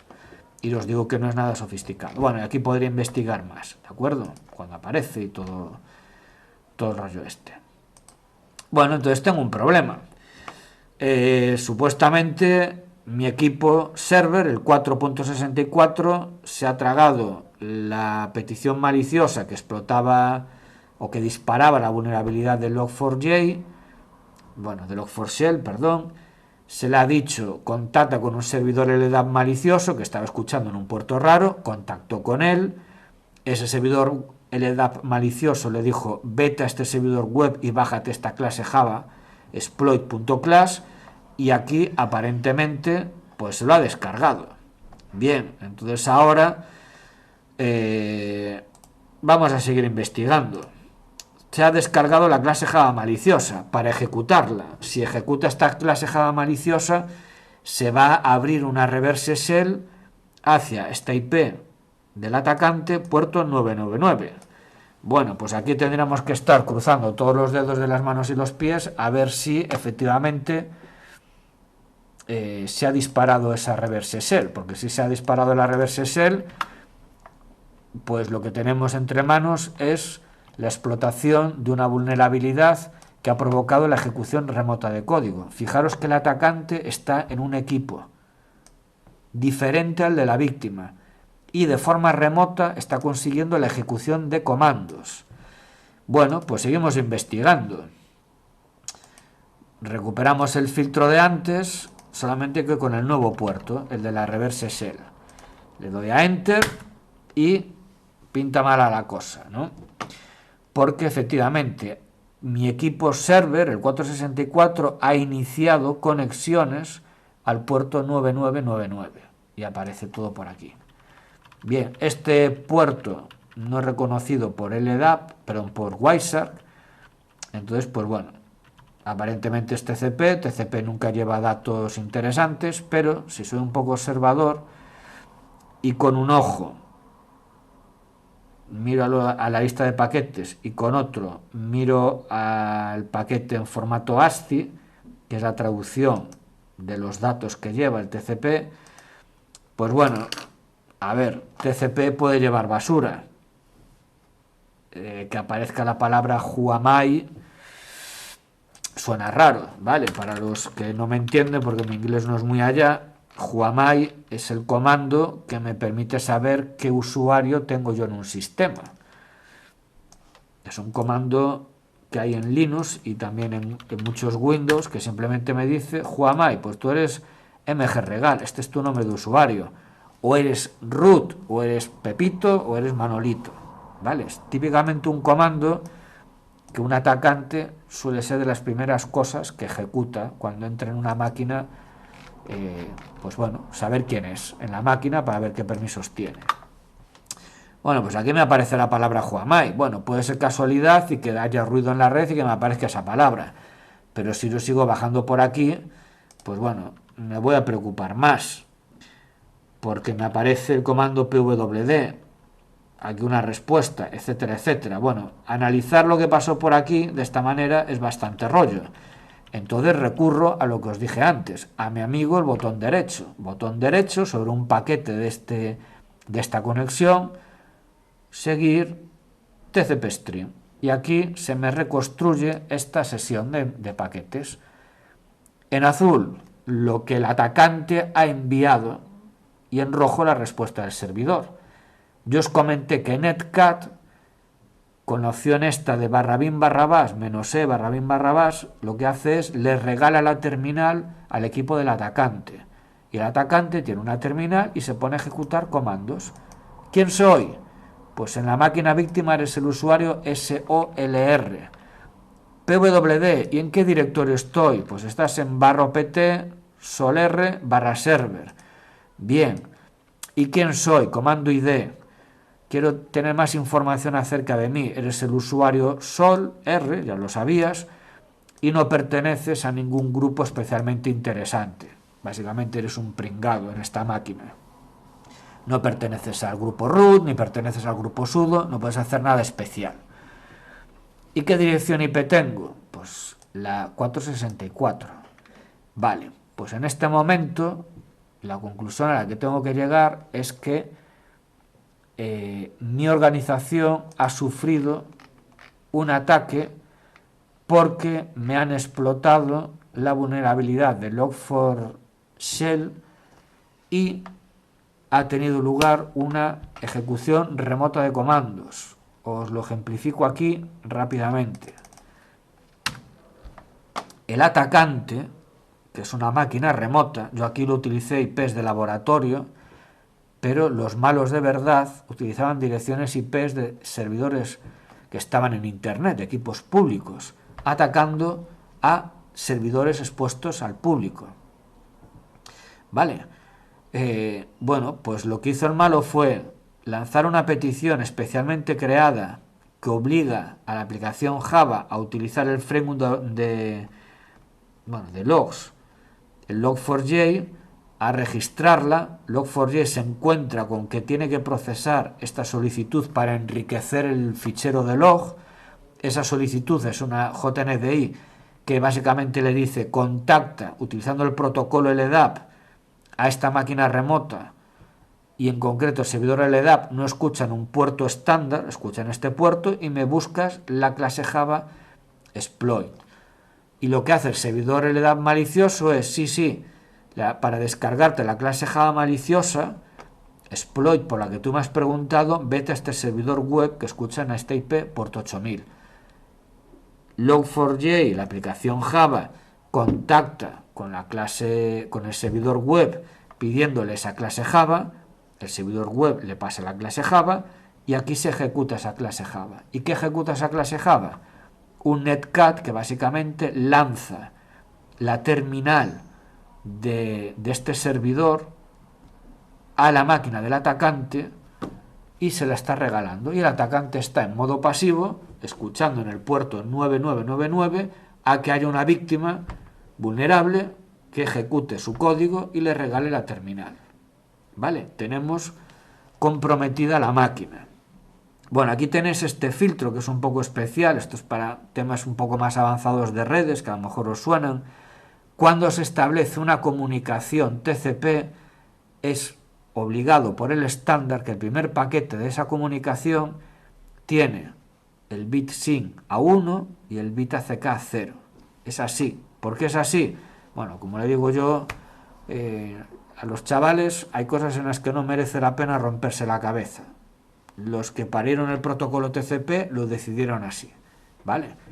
No hay más explicación. Bueno, pues si aplicáis este filtro, vais a descubrir que todas las conexiones al servidor LDAP malicioso, al servidor web malicioso y sobre todo la que más me interesa, esta de aquí, la reverse shell, la ha iniciado, el primer paquete de la comunicación lo inicia la máquina víctima. Si aquí hubiese un firewall mal configurado en el sentido de ser poco estricto con el tráfico generado dentro de mi organización, se va a comer con patatas esta reverse shell. ¿Por qué? Porque el tráfico lo inicia un equipo del que yo me fío hacia el exterior y yo las conexiones que se inicia desde dentro de mi empresa hacia el exterior las autorizo y luego todas las respuestas legítimas.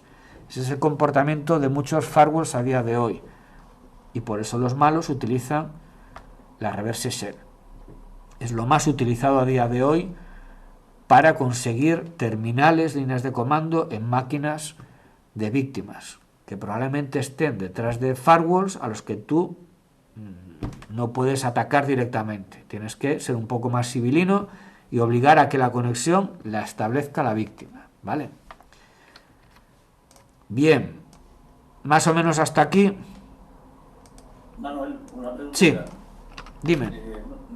¿No es un poco cantoso si que salga una petición LDAP a una IP que tú no controles? Sí, pero aquí vamos a pensar siendo malos. Esto fue un laboratorio. Fíjate cómo podría cambiar la película si, por ejemplo,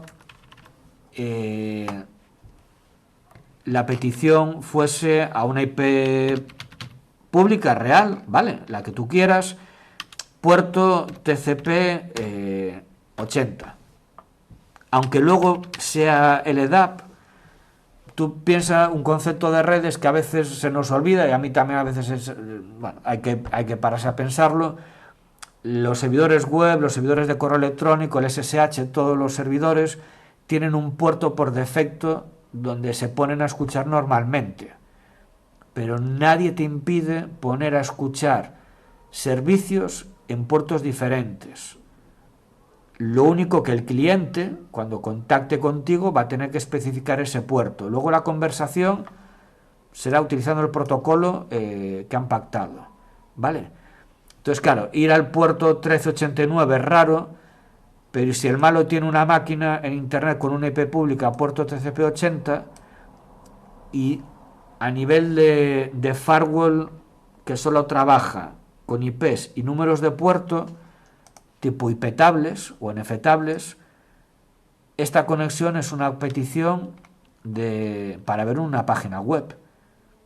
Luego, a nivel de aplicación, ya no va tráfico HTTP, va LDAP, pero es un firewall que solamente trabaja con IPs y puertos, se lo come. Tendrías que ir a un firewall, como veréis con Javier, de nivel de aplicación, un proxy, para que aparte de la IP puerto, vea el contenido del paquete y diga, ostras, esto no es tráfico web, esto es otra cosa. ¿Vale? Y mira, rizando el rizo, pues el tío se monta un servidor LDAP en el puerto 80 y para descargarse la clase Java maliciosa, en vez de ese puerto que también llama la atención, pues se lo pone en otra máquina, ¿vale? Distinta, puerto 80 o puerto 443. Alguien que vea esto dirá, ah, pues es tráfico web normal o tráfico HTTPS. Solamente si yo me meto a nivel ya de aplicación para ver los paquetes HTTP o HTTPS me daría cuenta de, ostras, Manuel, que esto no es lo que dice ser, lo que aparenta ser. ¿Vale? Os digo, estos son puertos así un poco a lo salvaje, porque en un laboratorio de pruebas, pero los malos en Internet utilizaban IPs y puertos que en principio parecían legítimos, ¿vale? Igual que este, dices tú, joder, ¿quién permite así de primeras conexiones al puerto 9999? Ya, y si fuese el puerto 443 del HTTPS, ¿cuántos administradores de firewalls bloquean ese puerto? Poquitos, ¿vale? Entonces se juega un poco con el desconocimiento de los administradores de red, porque es un concepto avanzado. Y ahora haceros la pregunta a vosotros mismos. Tenéis estudios de ASIR, tenéis estudios de desarrollo, seguramente muchos tenéis experiencia laboral configurando firewalls. El concepto de reverse shell probablemente no os lo han explicado en los ciclos que estudiasteis o incluso en alguna carrera. Entonces es muy difícil pararte a bloquear esto si no sabes de su existencia. Y si además te lo camuflan con puertos de uso legítimo y muy habitual como el HTTP, el puerto 80, el HTTPS, el puerto 443, o los de correo electrónico o el 53 UDP del DNS, a ver quién es el valiente que me bloquea conexiones salientes UDP 53, bloqueo el DNS, bloqueo la empresa entera. Con eso juegan también los malos y los auditores. Yo quiero una conexión, quiero que se pueda establecer, entonces voy a imitar todo lo máximo posible a tráfico legítimo, ¿vale? Hay que afinar muy mucho a nivel de firewalls o a nivel de monitorización de tráfico para bloquear el tráfico que no es de verdad. No sé si me expliqué así más o menos o me enrollé mucho. Sí, no, está bien. Vale.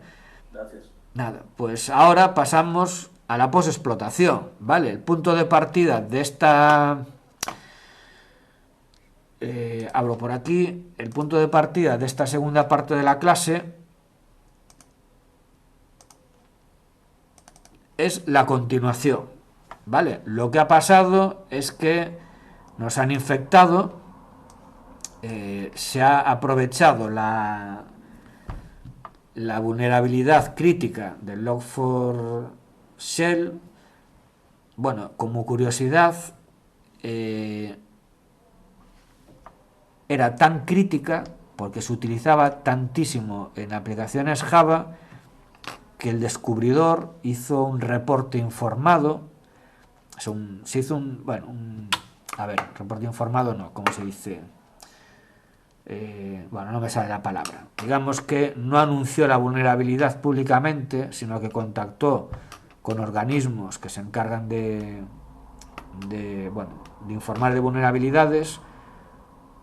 Se les demostró que había esa vulnerabilidad, se mantuvo en secreto durante unos cuantos días para que los desarrolladores de la aplicación Log4j sacasen una actualización que parchease esa vulnerabilidad y le diese tiempo a los bueno, a los fabricantes o a los administradores de sistemas a actualizarse a una versión que no era vulnerable.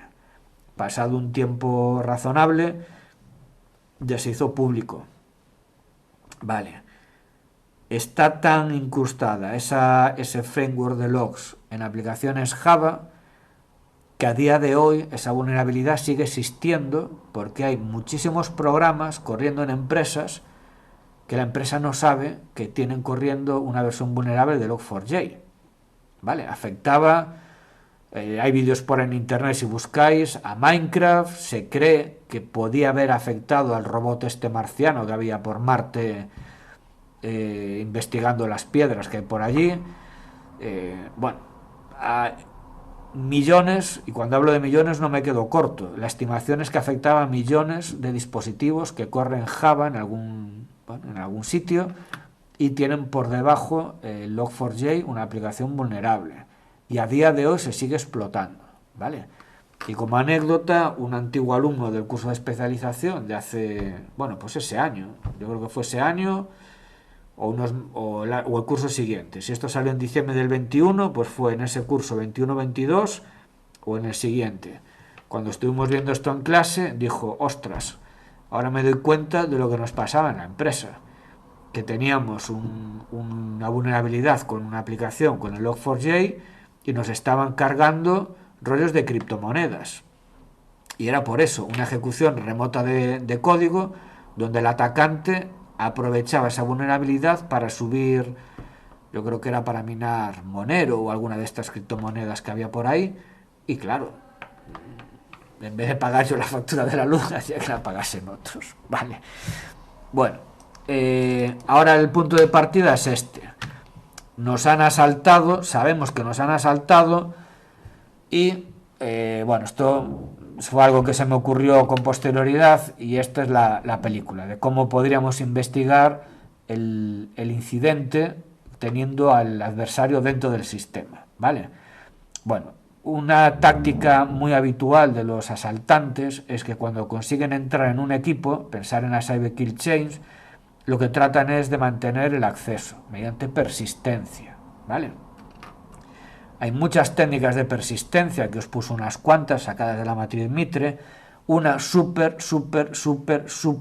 habitual es la de las tareas programadas. Y esto aquí hay palos para Windows, para Linux y para Mac. Para cualquier sistema operativo, en general todos van a tener, y es un uso legítimo, es una aplicación legítima y muy útil del sistema operativo, que es el de programar tareas. Es decir, tal día a tal hora se ejecuta esta acción. Por ejemplo, todos los días a las 23:59 horas procedo a la rotación de los logs.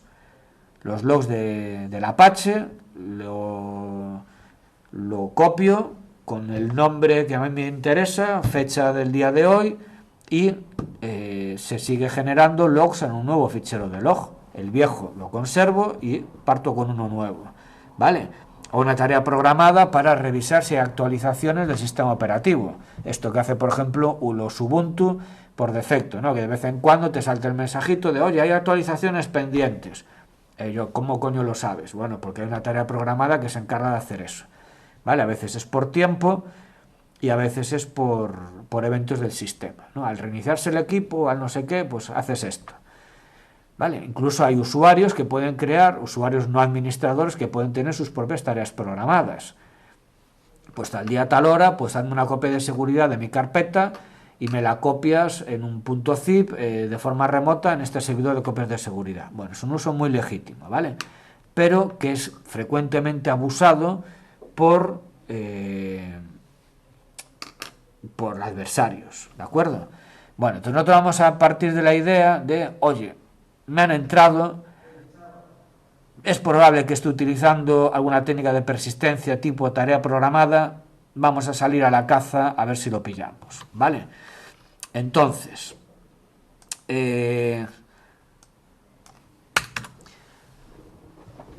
imaginación al poder. Vamos a hacernos así una imagen mental.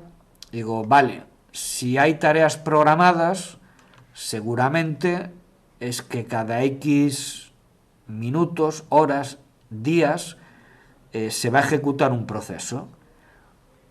y uno de los procesos más interesantes a ejecutar por parte del adversario es la reverse shell. No me estaré pasando de hora, ¿no? ¿O sí? Vale, pues apuro para terminar y no os entretengo mucho. Uno de los procesos interesantes es lanzar reverse shell.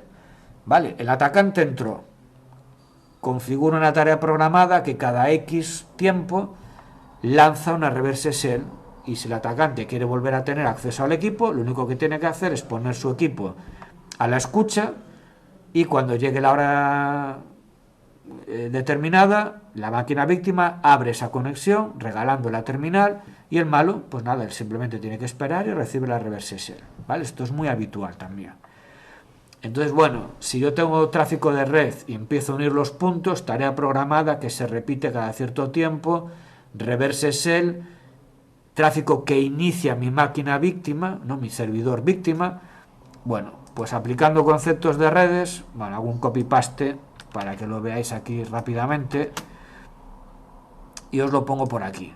Estoy ejecutando esto. La traducción de esto es: quédate con los paquetes que envía el servidor comprometido y que tienen el bit SYN y el bit ACK a 0. Es decir, es el primer paquete de una conexión TCP.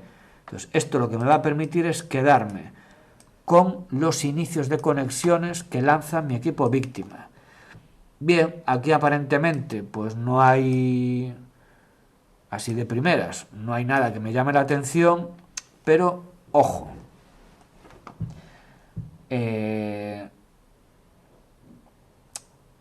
si me fijo en la línea temporal, sí puedo sacar algo. Luego os enseño en estadísticas cómo también puedo llegar a esta conclusión. No sé si se ve muy bien porque la pantalla es pequeñita, el Wireshark, pero si os fijáis hay un patrón que se repite. El servidor víctima contacta con esta IP cada minuto.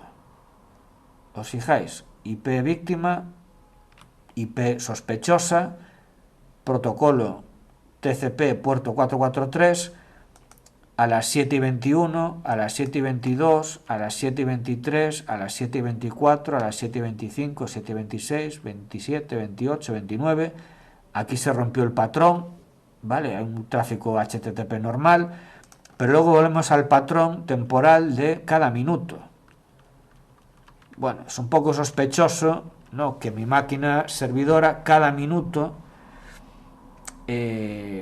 inicie una conexión por HTTPS hacia una máquina remota. Suena un poco raro, ¿vale? Esto se podría ver incluso en estadísticas. Vamos a ver aquí, estadísticas, conversaciones, IPv4, lo estoy limitando aquí al filtro nada. Bueno, aquí también se podría ver las conversaciones. Empiezo por tiempo de inicio.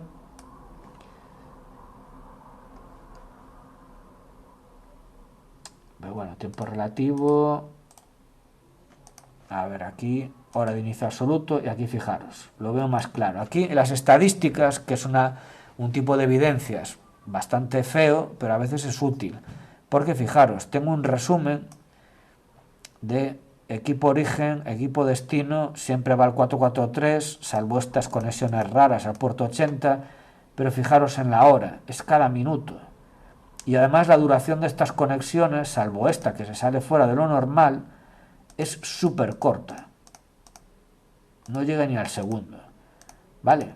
Entonces yo lo voy explicando.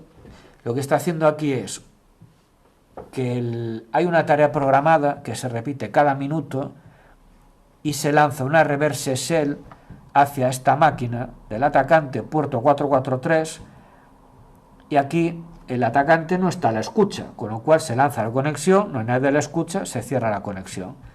Y lo vuelvo a intentar al cabo de un minuto, y lo vuelvo a intentar al cabo de un minuto, y así cada minuto, hasta que a las 7:29 minutos se vuelve a lanzar la reverse shell y aquí el atacante sí está a la espera, porque quiere conectarse. Recibe la reverse shell y se pone tiki tiki tiki a trabajar durante 560 esto debe ser segundos, vale, unos 10 minutos, de acuerdo. Bueno, esto lo dejo por aquí porque es interesante. Si tuviese activadas las librerías de geolocalización, pues me aparecería el país a que pertenece esa IP, vale.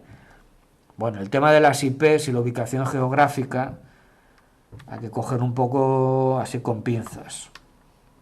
Lo que sí es evidente es que si tienes conexiones, tráfico hacia servidores de países con los que tú normalmente no trabajas y además tienen fama de conflictivos como Bielorrusia, Rusia, Corea del Norte, China, bueno, puede ser tráfico legítimo o habría que investigarlo, ¿vale? Hay gente que directamente en los firewalls tiene listado de IPs asignadas geográficamente a alguno de estos países y ya directamente las bloquea todas, dice a tomar por saco.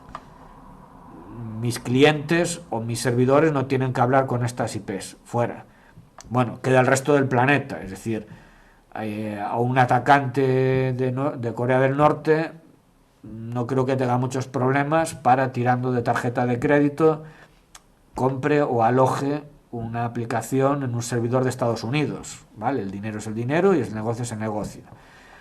Pero bueno, si me viene de Bielorrusia o algún país de estos así un poco extraño y con fama de temas de piratería, pues ojito, ¿vale? Esto puede ser una ayuda. Bueno, pues por aquí ya empiezan a salir cosas.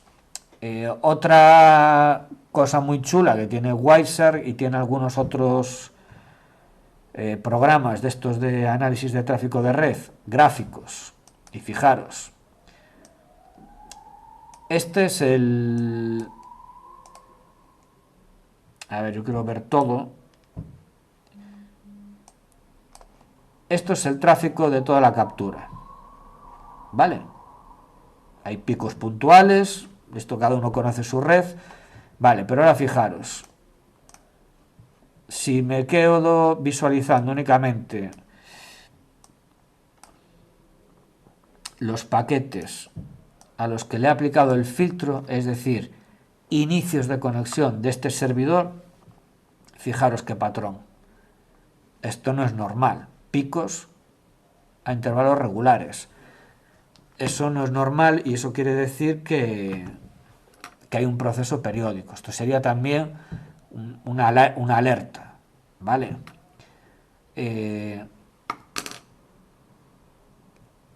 Estos picos regulares que se corresponden con conexiones de la víctima hacia el servidor del atacante, la palabra más técnica sería la llamada a casa, el callback o los beacons. Se escribe la palabra inglesa con beacon, ¿vale? Son contactos que hace la víctima con el servidor del atacante a la espera de información o a la espera de que el atacante establezca la conexión, ¿no? la terminal. Bueno, pues seguimos investigando de forma rápida para ver qué narices pasó aquí. Bueno, yo sé que hay muchos inicios de conexión, voy a ser un poco rápido para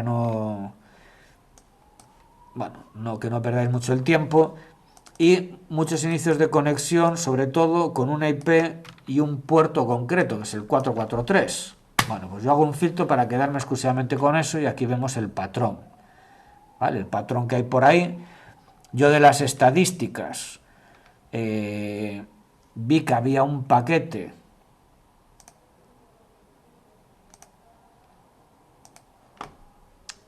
asociado a una conexión de muy larga duración, esta de 560 segundos, que era la conexión establecida, a ver dónde está, a las I29. Bueno, pues yo voy a buscar por aquí el tiempo de I29, aparentemente es este de aquí, y le voy a dar a Follow TCP Stream y, oh sorpresa, Aquí tienen que saltar alarmas por todos los lados. La primera alarma, puerto 443. El puerto 443 sabéis que típicamente está reservado para HTTP seguro. Si es HTTP seguro, el protocolo del HTTPS establece que primero hay un intercambio de mensajes para que el cliente y el servidor creen un canal seguro de comunicaciones por donde va a enviar la información cifrada. Esos mensajes no aparecen, ¿vale? Los mensajes de client hello y de server hello para establecer ese canal cifrado no están. Y además, cuando hago seguir el flujo TCP, lo que me encuentro es una sesión en claro, ¿vale? Bueno, acelerando un poco la explicación de esto, puedo ver, ni más ni menos, un proceso de post-explotación por parte de un atacante. El atacante ha conseguido la línea de comandos y ahora se lo toma con calma porque estableció un mecanismo de persistencia y cuando le apeteció o pudo se volvió a conectar y vuelve a tener la terminal. Y se pregunta, ¿y quién soy? Comando ID. Pues eres el usuario Sol R, que no eres un usuario privilegiado, no perteneces a ningún grupo especial. Bien, ¿qué hace el malo? cd/tmp. Me voy al directorio /tmp de una máquina Linux. ¿Por qué me meto en el /tmp? Porque es un directorio temporal donde habitualmente cualquier usuario tiene permisos de escritura, ¿vale? Típicamente son directorios como el /tmp o el /dev/shm. Va a poder escribir cosas. Y uno dice, ¿para qué quiere escribir cosas? Lo vamos a ver. Bien, él hace un ls para ver los ficheros que hay en el directorio temporal y le salen este tipo de ficheros. Vale, y él ahora hace un mkdir y pone este nombre raro. Bueno, ¿por qué pone este nombre raro? Crea un directorio para hacer sus cositas y lo crea con este nombre. Bueno, esta es otra técnica que aparece recogida en la matriz Mitre que tiene que ver con la evasión de defensas.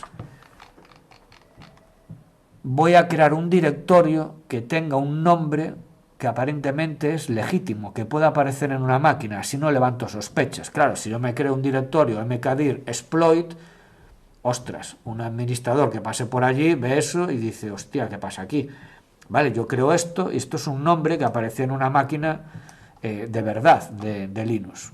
Nombre de una carpeta temporal, bueno, pues lo que hace el malo es lo replica. Se mete en esa carpeta que ha creado él y acto seguido ejecuta este comando. wget http, esta dirección de un servidor web remoto, limpeas.sh y luego me guardas ese fichero limpeas con este nombre también imitando ficheros de verdad. Bueno, os lo adelanto yo, esto lo vamos a utilizar unas cuantas veces durante el curso. Limpeas es un script creado por Carlos Polop, un español, para enumeración de sistemas Linux. Tiene su versión en Windows, que es WinPeas. Limpeas lo que os va a permitir hacer es, cuando lo ejecutéis, descubrir muchísima información de la máquina para buscar vías de escalada de privilegios locales y pasar del usuario SOLR, el pringado, a un usuario root. Entonces lo que hace él es, se ha creado una carpeta donde él puede escribir y se baja el fichero. Esto lo podéis ver en el Wizard con esta conexión al puerto 80, ¿vale? Si hacéis un follow TCP stream, os bajáis, este es el script de limpeas, es público, está en un repositorio de GitHub, ¿vale? Bueno, sigo con lo mío, si no me lío. Vale, aquí se ve la descarga, Ahora cuando termino la descarga hace un listado para confirmar que se ha descargado, pone el script con el nombre cambiado en formato ejecutable y lo ejecuta. Y el informe lo guarda en este ficherito temporal. Bueno, se pone a trabajar limpeas y una vez que ha hecho el informe de limpeas, lo sube a su máquina para analizarlo con calma. ¿Por qué lo sube para analizarlo con calma? Yo os digo que esto lo veremos en clase con más calma, dentro de varios temas. LimpEAS te genera un informe súper completo de la máquina, que puede tener decenas de páginas. Entonces lo que hace el atacante es, me genero el informe, tropecientas páginas, me lo subo a mi máquina para leerlo con calma, y esto es un informe típico de LimpEAS. ¿Qué versión de Linux está corriendo? El kernel, la versión de Ubuntu, en este caso era 20.04 revisión 3, la versión de sudo, me dice la versión, me chequea si hay vulnerabilidades conocidas en la máquina, me ha detectado una, y me dice los usuarios que hay, los discos duros que hay, el software que ha instalado, bla bla bla bla bla bla bla bla bla. ¿Vale? ¿Qué hizo el malo? Bien, pues analizar ¿cómo se llama? El informe del LimpEAS y dijo, encontré una vulnerabilidad, la CV 2021-4034, que os la explico yo rápidamente. Es una vulnerabilidad que había en un programa de algunas versiones de Linux, que se podía abusar de forma que un usuario no privilegiado terminaba ejecutando comandos como administrador. ¿Y qué hizo el malo? Pues nada, el malo lo que hizo fue, una vez que ya localizó la vulnerabilidad, se descargó a la máquina víctima un fichero .c para compilarlo y crear el exploit ejecutable y abusar de la máquina. Este fichero poc.c también está en la captura, y si utilizáis la herramienta de exportar objetos, lo tenéis por ahí, ¿vale? Esto lo podéis guardar y luego lo podemos abrir. Esto como curiosidad, fue una vulnerabilidad brutal, porque una vez que te ponían el exploit en una máquina, si lo daban compilado, la vulnerabilidad se conoció como PwnKit. En segundos tenías el control de root de una máquina, y cuando hablo de segundos, hay vídeos por ahí de demostración en internet donde compilas el exploit con el compilador GCC o el que tuvieses por ahí, ejecutabas el ejecutable que se generaba, y todo el proceso no te lleva ni 30 segundos y conseguías pasar de un usuario limitado a ser root en una máquina completamente actualizada, completamente parcheada, con todas las actualizaciones al día, ¿vale? Bueno, brutal. Y lo veis aquí, el malo se descarga en la máquina víctima la prueba de concepto, el código fuente, lo compila, porque en la máquina había un compilador, ¿vale? También, idea que os dejo caer, ten en tus sistemas el software exclusivo que necesites. Si tú no necesitas compilar en una máquina, no tengas un compilador, porque tú a lo mejor no lo usas, un atacante sí. Compiló la prueba de concepto, ejecutó la prueba de concepto, y fijaros, ¿quién soy yo ahora? Dios, soy root en el sistema, ¿vale? Bueno, una vez que consigue ser root, fijaros que todo esto que yo estoy viendo aquí es ni más ni menos que el tráfico, bueno, que había puesto, yo creo que era este, ¿no? El de las I29, es este de aquí. Estoy siguiendo la conexión asociada a este inicio de conexión, ¿vale? Pues nada, una vez que eres Dios en el sistema, haces lo que te da la gana. Te das un garbeo por el directorio personal del root, te das cuenta que el usuario root accede por SSH, el usuario root legítimo, tiene un fichero de claves autorizadas, y entonces, pues nada, tú revisas qué claves autorizadas tiene y le añades una tuya, ¿vale? ¿Para qué? Otro mecanismo de persistencia. Le añado una clave, autorizo un acceso a una clave pública por SSH, y a partir de ahí ya tengo dos mecanismos de persistencia: el de tareas programadas cada minuto para tener la reverse shell, y luego el acceso por SSH como un señor con autenticación por claves públicas privadas, y entro en la máquina cuando me da la gana, vale. Luego borro me aseguro que puedo acceder por SSH, y borro las pruebas del exploit que yo había creado, ¿vale? Por último, os digo que os subo la diapositiva. Este es el resumen de lo que pasó. Esto es más típico de Mariano, ¿vale? De línea de tiempo. En la posexplotación se estableció un mecanismo de persistencia. Esto lo haría un forense investigando mediante una tarea programada que se ejecutaba cada minuto.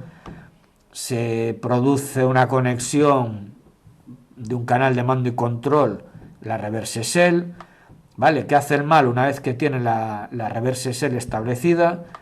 Crea una carpeta de nombre raro para evasión de defensas, se descarga la herramienta del limpeas, produce una investigación en el equipo, analiza el equipo para ver qué está instalado, etcétera, etcétera, roba el informe, exfiltra el informe para analizarlo con calma en casa, descubre la vulnerabilidad, la del PwnKit, sube al servidor vulnerable el exploit, lo compila, escala privilegios y establece un segundo mecanismo de persistencia. Y luego más adelante comprueba que puede acceder por SSH, que era el ficherito, y con esto ya acabo, que os puse también del out.log, que debía de estar por aquí en algún sitio, ¿no?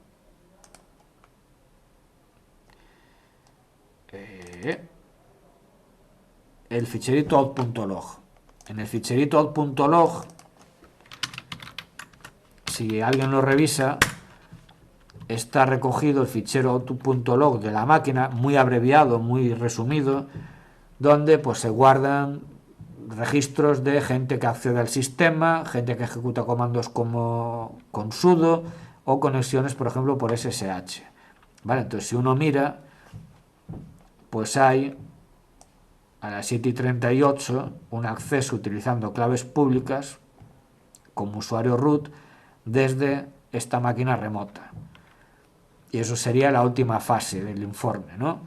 Hemos seguido la cadena de posexplotación, hemos confirmado la existencia de un segundo mecanismo de persistencia con claves públicas y que el malo ha accedido ahí. ¿Vale? Bueno, ha sido un pelín